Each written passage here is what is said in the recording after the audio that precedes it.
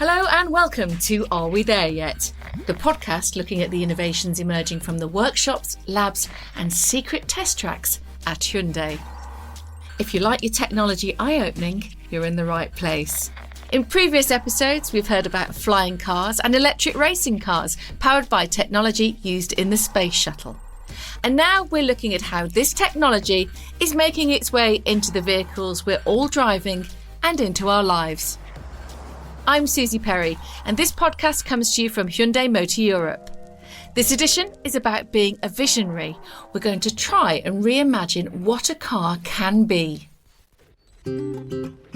Today we're with Andreas-Christoph Hofmann, Vice President, Marketing and Product at Hyundai Motor Europe. I'm so excited to talk to you about this topic. A man who is trying to get the world to see cars differently. Looking forward to your questions. Andreas, growing up, my dad had an MGB GT, and for me it was so much more than a vehicle that went from A to B. Yeah, that's true. And I've always had a love for cars that generate that extra special magic, that make you feel a certain way. And I think when you have a special car, you feel special as a driver, and driving becomes a sixth sense. How do you feel about driving cars? I think this is the most important thing. Cars have to ignite me in a certain way. So I've always am very much into this certain kind of feeling which different cars provide. Yeah, the motor industry, it's full of extraordinary people, isn't it? With amazing ideas. People who can see that cars can be very different from how they are now.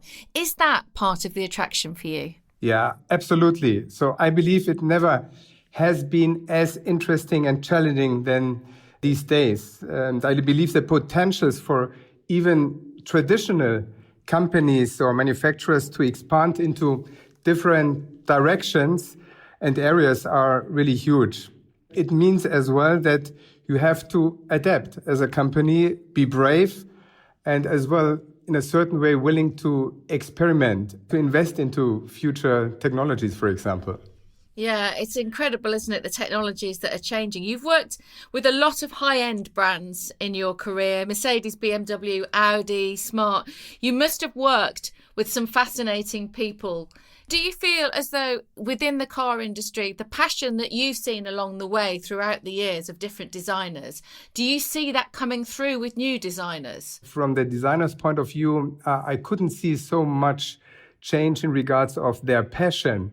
But I can see that another generation as well here in marketing and in product development, another generation of people are coming up with slightly different enthusiasm in regards to cars. So these classical petrol heads are not existing so much anymore, but they bring other values to the companies, which is very important. We always have to look into different industries because the automotive industry is in certain parts really a little bit ancient, to be honest. Yeah, so we know how to produce cars, to develop and produce cars with a high precision, with high quality. But if it comes to future direction to go, I think we can learn a lot of other industry, especially consumer industry or other technology oriented industries. What did they do differently and what can we probably adapt? So I think it's always very important to look into other industries to further enhance yourself. On seeing cars differently, because that's what we're talking about really today, how do you get people to accept innovation and get them excited about new ideas? Yeah, I think internally I don't have to ignite the people because they are hungry. Their willingness to explore is big. Most of them are under 30, to be honest. So they often ignite me to do things differently. This is not the problem. But I can see as well that this, as I said before, classical myth of cars is in a certain way vanishing. And certainly as long as we can deliver customer benefit, I think people will be open to explore new things. So the process has changed so much, really, hasn't it, over the last 3 decades that you've been working in the automotive industry. When you look at teams and those processes from when you started to now, how have they changed for you? I think it changed massively, to be honest. So from real paperwork when I started many years before to almost completely digital now. Even so, I'm a little bit old school.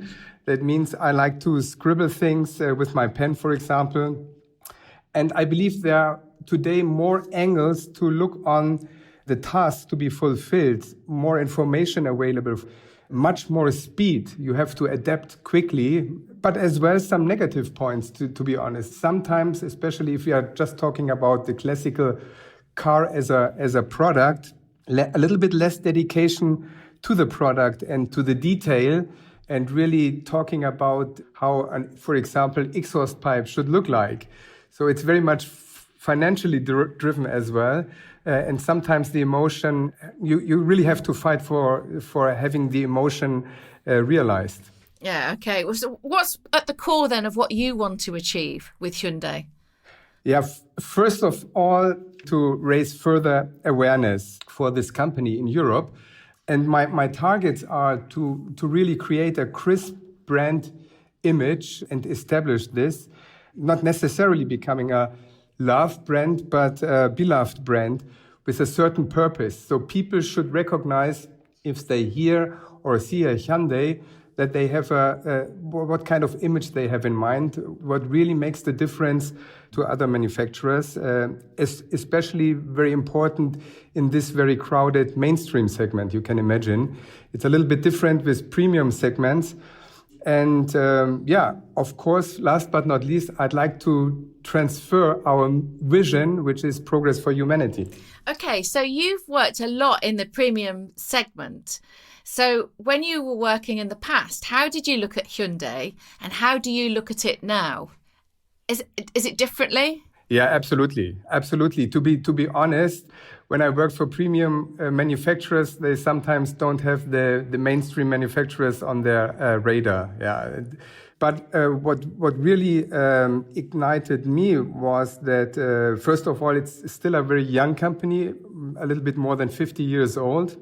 And this company completely is in transition, I believe, even a little bit faster than other companies.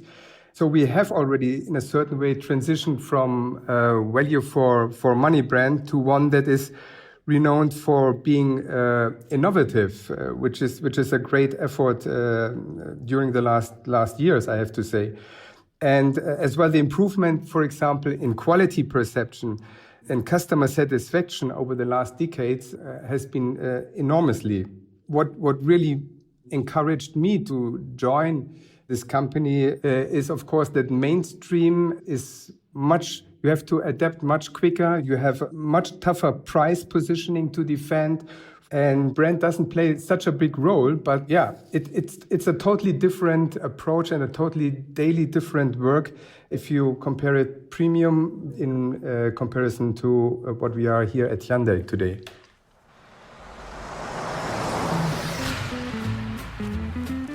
Let's talk about you for a minute. I've heard that you're a bit of a motorbike fan. Yeah. What is it about two wheels that you like?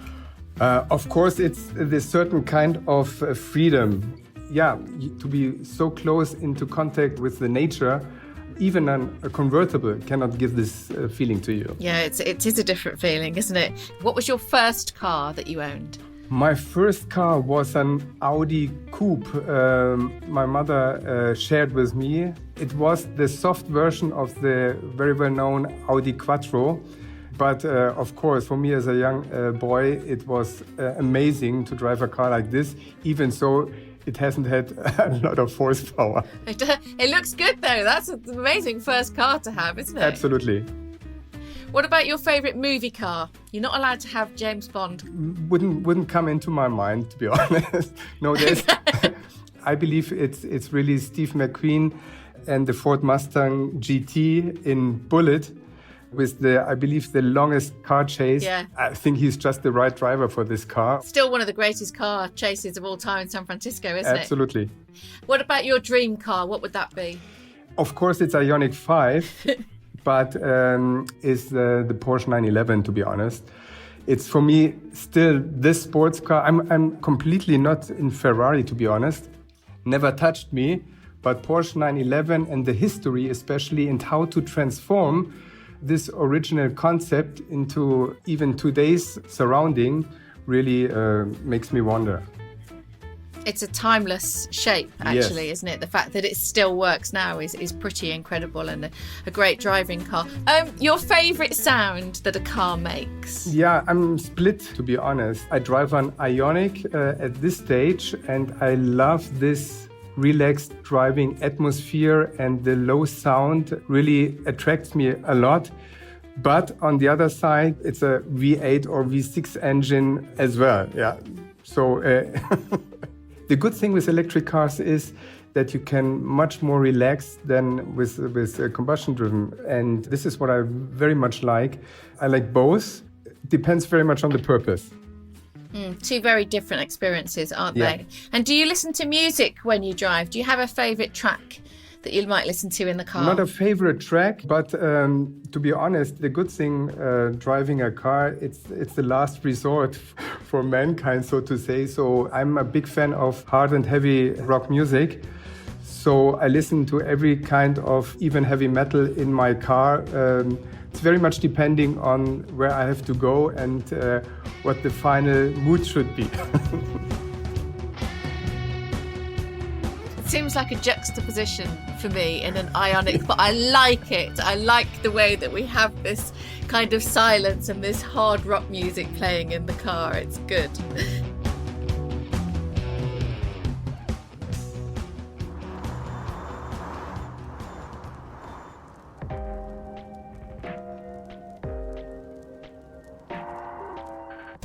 It's amazing, isn't it, how you can fall for a car. I used to watch a show called Dallas in the 70s, and one of the characters, Bobby Ewing, had a Mercedes SL. And ever since then, I've drooled over the car and the shape and the look. The nostalgia, I think, also plays a part for me because it just oozes class. How do you think design can change the way that people feel about cars? Yeah, reflecting it a little bit to our company, to Hyundai, the good thing is that the number one purchase decision is about design. And I believe design, even for the upcoming years, will be the differentiator. Because technology, in a certain way, customer will expect from a certain manufacturer or company, but design has made and will make the difference. That the designers, they are very much encouraged to look for new forms, new proportions, new surfaces. So this field is still to explore, and especially the combination and to find a certain kind of direction. And we are still in this phase of looking for extremes to find our way, what the future design of Hyundai should look like. Experimenting which direction to go. And this, I think, is a great time, not only for the designers, but as well for us to find the right customers at the end of the day for these kind of shapes. When you were growing up, you were inspired very much by the Italian feel, weren't you, for a car? That's true. I had the chance with another company to work closely in the 80s, beginning of 90s with Pininfarina in Italy. And of course, you can imagine, you see a lot of things, how they think, how this Italian style is. It's really amazing how they create and adapt things. And as you know, with the original Pony, we have had Giugiaro as the original designer for this car. So we still feel in a certain way, and we still adapt in a certain way this Italian. You can't describe it, and you just can feel it, but it's a difference. I loved very much to work with the Italian guys because it was so easy, it was so natural. Yeah, they have it in their genes. I can't describe it better. Yeah, I think, Italy, they never skimp on food, fashion and cars, and they celebrate them as well, don't they? I mean, you'd never see anybody go and key a Ferrari in Tuscany out of jealousy. They celebrate them. I recently drove a Lamborghini Aventador through Tuscany. Wow. Everybody was stopping to take photographs. It was just absolutely incredible to see the celebration. So yeah, it's the passion from Italy is quite extraordinary, but there's a great passion at Hyundai, isn't there, in terms of future technology and bringing the right things to the consumer. How involved are you with that? Yeah, very much as well. Not only for Europe, but as well on a worldwide scale. We have a lot of market research. We have a lot of clinics with customers, with all the pros and cons of a clinic, because if you show a car which might come within the upcoming 2 to 3 years, sometimes it's difficult for customers to digest how the future could look like. But I think the inspiration, this have you tried spirit from our founder more than 50 years ago is still valid today. And you can feel it wherever you have contact with colleagues. The spirit is here. And if you look how this company has been developed during the last 5 to 10 years, it's amazing, because the driving force always is progress and to do things better and to better adapt to the necessities of the future customers. And then at the end of the day, to keep it affordable. For example, to create a car around 100,000 euro, it's not as difficult as to provide the same technology for 50,000 euros. So this is the challenging part on the one side, but as well the satisfying part to get this really done.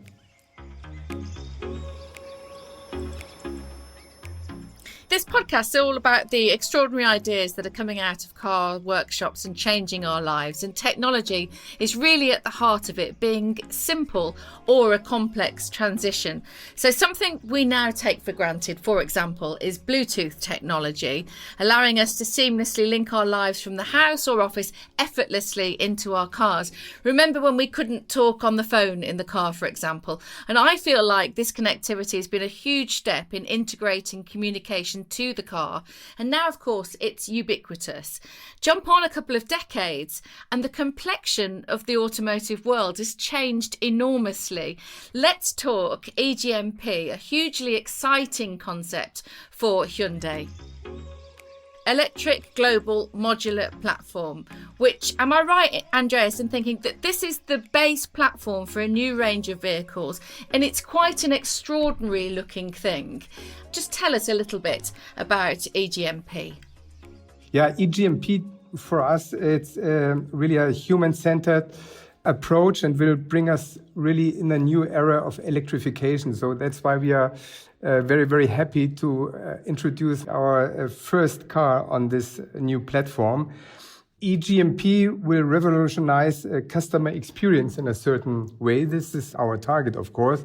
And the basic configuration will realize a high level of convenience, comfort, innovative interior designs as well, but as well performance and safety and driving range. So this platform gives us the possibilities for the upcoming, let's say, 5 to 10 years to think completely different in regards of how future mobility could look like. How do you see EGMP improving people's lives, Andreas? Today, the biggest reason preventing customers from purchasing EV cars, number one, range or range anxiety, and maybe as well a lack of infrastructure, of charging infrastructure. And with EGMP, we are trying to solve by improving range and as well introducing fast charging possibilities. It will take all the hurdles of today's electro-mobility away. And the technology, which is 400 and 800 volt technology, really gives now the possibility in parallel. Of course, we are not taking care only about the product itself, but as well about the charging network. As you might have heard, we have a cooperation ready with IONIQ for fast charging on the highways. And we will have our own Charge My Hyundai network established. And this will really give confidence to people that they don't have to worry anymore about their range and how much time they have to calculate to get their cars refilled. So this is the great thing about EGMP. And the other great thing is that you completely can rearrange and think differently about interior. If we further look into automized driving, for example, where you don't need to have a steering wheel anymore, everything has already been provided to create cars like this in the future. So this platform will have a long time period to be used for things we can't imagine today. But the platform, the technology is there. The space that you're able to create with EGMP, do you feel as though that's going to be a real game changer in the market? I believe so, because I haven't seen from competitors what I've already seen now in our company, and with the flat floor and the possibilities of how to balance weight, for example, how to create different lounge atmospheres or sporty driving atmospheres, or how to rearrange seats, how to turn seats.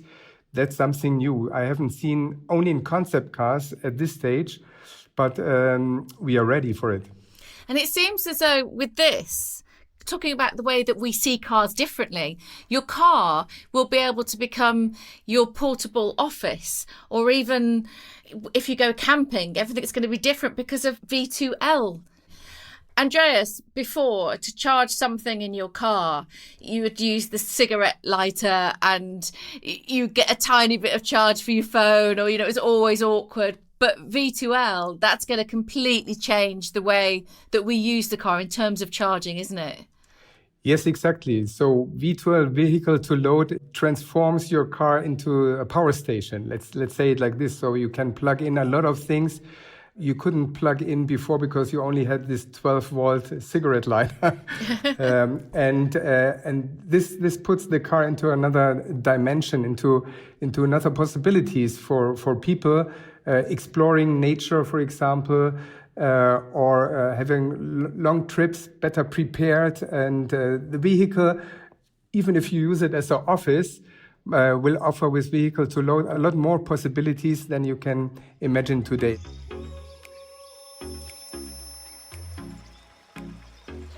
Let's now talk about the Ionic, Andreas. Yes, Ionic is our new lineup brand, as we call it. And Ionic is not a new name. We already have Ionic today, but now we put it into another perspective and put it on another level. And with the first car, which is called the Ioniq 5, we will start to launch this series. Ioniq 6 and Ioniq 7 will follow, different styles, different concepts behind. So you have to stay curious. Let's talk about the Ioniq 5 that's just been launched. How will it shape the future, do you think, for Hyundai? Yeah, it will be really a quantum leap in electro-mobility, especially if you are the mainstream segment, because there's no car which can provide range, charging possibilities from the design point of view being very extraordinary. And Ioniq 5 will be just the first. It will start with Ioniq 5, which is a CUV.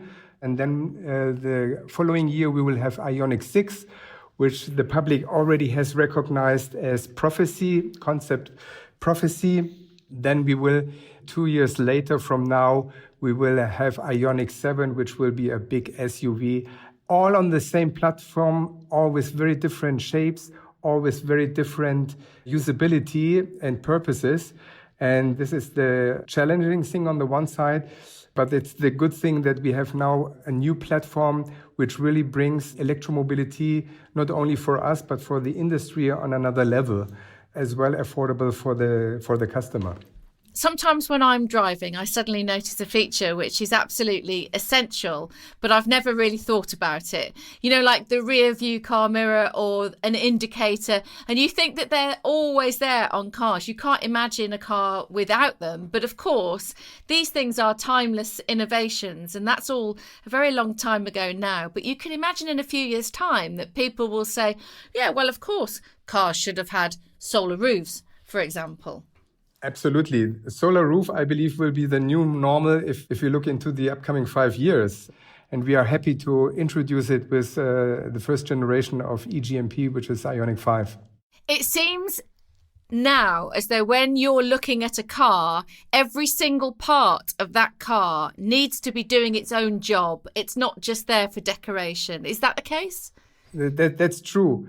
Even an antenna which is hidden today might have additional functions. There's not so much room just for funny design features, so it all has its additional usage and task to fulfill, if we like it or not. But it is like this, and especially under a quite huge cost pressure everybody has in this industry, every detail has to fulfill certain needs and certain tasks. That's true.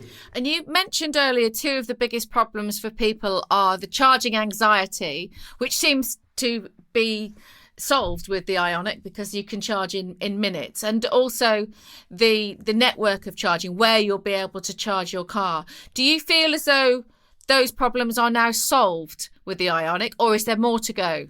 I believe there's more to go, to be honest, because we as manufacturer cannot provide a very strong charging network, for example. We will have our stake in it, but if we are looking into Europe as a whole, we see that we have very, very different levels of electrification from north to south.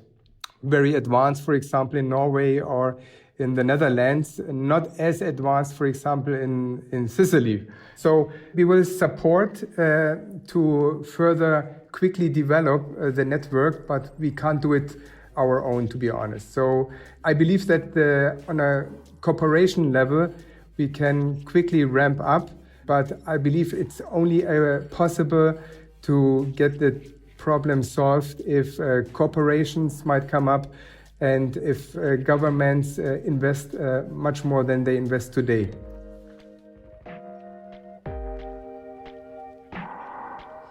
In this podcast, Andreas, we're asking, are we there yet?